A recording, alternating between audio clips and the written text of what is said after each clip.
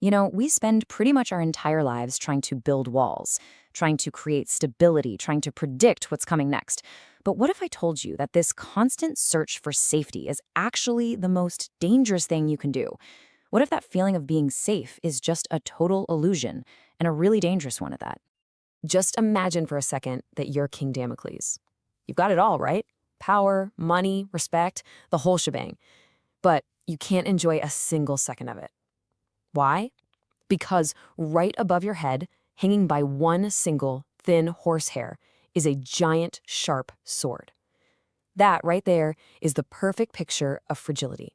It looks stable, it looks strong, but one tiny, unpredictable event, one little snap, and it's total ruin. Okay, now this is where everything we think we know gets flipped on its head. If you ask someone what the opposite of fragile is, they'll probably say strong or robust. A glass vase is fragile because it breaks under stress, so a steel block must be the opposite because it resists stress. But here's the thing. They're wrong. There's a third category that goes way beyond just resisting. And this lays it out perfectly. On one side, you have the fragile king, Damocles, terrified of the slightest shake. But the real opposite is something like the mythical Hydra. You cut off one of its heads, and two grow back, even stronger than before. It doesn't just put up with attacks. It actually feeds on them. It gains from disorder. The fragile wants everything to be calm and quiet. The anti-fragile, it craves the storm. So why does any of this matter to you and me? Well, it's because our entire modern world is built on this massive blind spot. We've started to mistake a lack of chaos for real safety. And there is no better way to understand this than the tragic story of the turkey. Let's just look at the world from the turkey's point of view for a minute. For 1,000 days in a row, this nice human comes out and gives it food. Every single day, the data confirms the same positive trend. Life is good, and it's getting better and more predictable. By day 1,000, that turkey is looking at its charts, and it has 1,000 data points proving with statistical certainty that the butcher is its best friend in the world. And then, day 1,001 arrives. Thanksgiving. The single most important piece of information was completely invisible to its model. And this is exactly what the author Nassim Nicholas Taleb saw happening on Wall Street. He saw bankers who were just like that turkey. Every day, they were making these small, predictable profits, picking up pennies, and they looked so successful, so smart, but their entire strategy left them exposed to one single, massive, catastrophic event, a market crash that could wipe out every penny they'd ever made, and then some. They were fragile, and they mistook the absence of the steamroller for proof that it didn't exist. Okay, so if we can't see the steamroller coming, what are we supposed to do? We can't just live in fear. The answer isn't to get better at predicting chaos. The answer is to build a system that eats chaos for breakfast. We have to learn how to become the Hydra. And the wildest part is, this principle is already hardwired into our own biology. It's a real thing called hormesis. Just think about it for a second. Lifting weights at the gym, what are you doing? You're literally creating tiny tears in your muscle fibers. You're applying a small dose of a stressor that, in a high dose, would be a serious injury. And what happens? The muscle grows back stronger. No stress, your muscles waste away. Your body is naturally anti-fragile. And history gives us this absolutely incredible human example of this in action. King Mithridates VI. He was terrified of being assassinated with poison, just like his father was. But he didn't hide from it. He did the exact opposite. He started taking tiny, non-lethal doses of different poisons every single day, slowly building up his body's immunity. He was using hormesis. And when his enemies finally did try to poison him, guess what? It didn't work. The very thing that was supposed to kill him had become his source of strength. And this brings us to a pretty harsh truth about the world we live in today.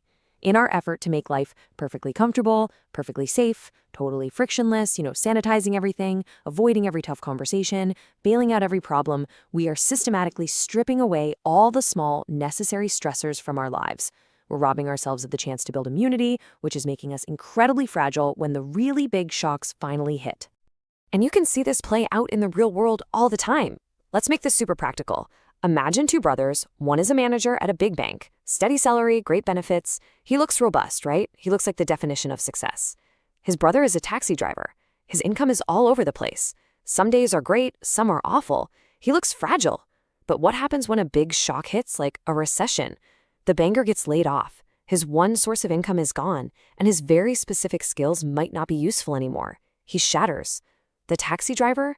A recession is just another Tuesday for him. He's used to volatility. He adapts. He works a few more hours. He's anti-fragile. And this way of thinking goes way beyond just your job.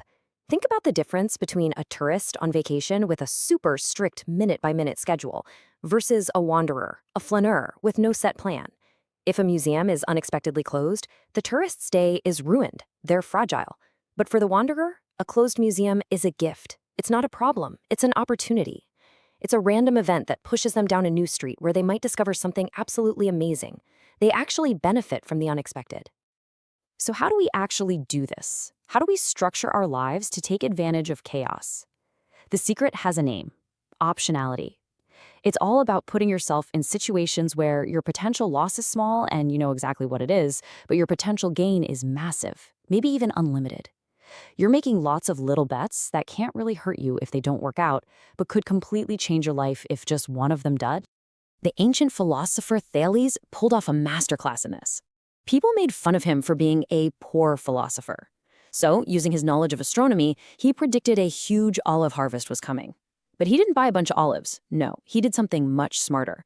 He paid a really small deposit to get the exclusive rights to use all the olive presses in the area. If he was wrong, all he lost was that little deposit. No big deal. But he was right. The harvest was massive, and suddenly everyone had to come to him and pay him a fortune to use his presses. It was a beautiful, lopsided, anti-fragile bed. All right, and so this final piece of the puzzle isn't just about personal gain. It's about building a better, stronger, more ethical world. And the key is to build things with the right incentives from the start, and then to improve them not by adding, but by subtracting. Now check this out. The concept is called skin in the game. This ancient law from Babylon, it sounds brutal, and it is, but it's also incredibly effective. It makes damn sure that the person making the decisions, the builder, is fully exposed to the consequences of their actions. You can bet that every single builder back then took extreme care to not build a fragile house. And that right there is the core reason why so many of our modern systems are so fragile. They're completely missing skin in the game. You've got bankers who collect massive bonuses for taking big risks, but when those risks blow up the system, taxpayers have to bail them out. You've got politicians making decisions that have devastating consequences that they will never, ever have to feel themselves. They get all the upside, and we get stuck with all the downside. So what's the anti-fragile path forward? It's almost never adding more complexity, more regulations, more technology. It's usually the opposite. It's the path of subtraction, what's known as via negativa.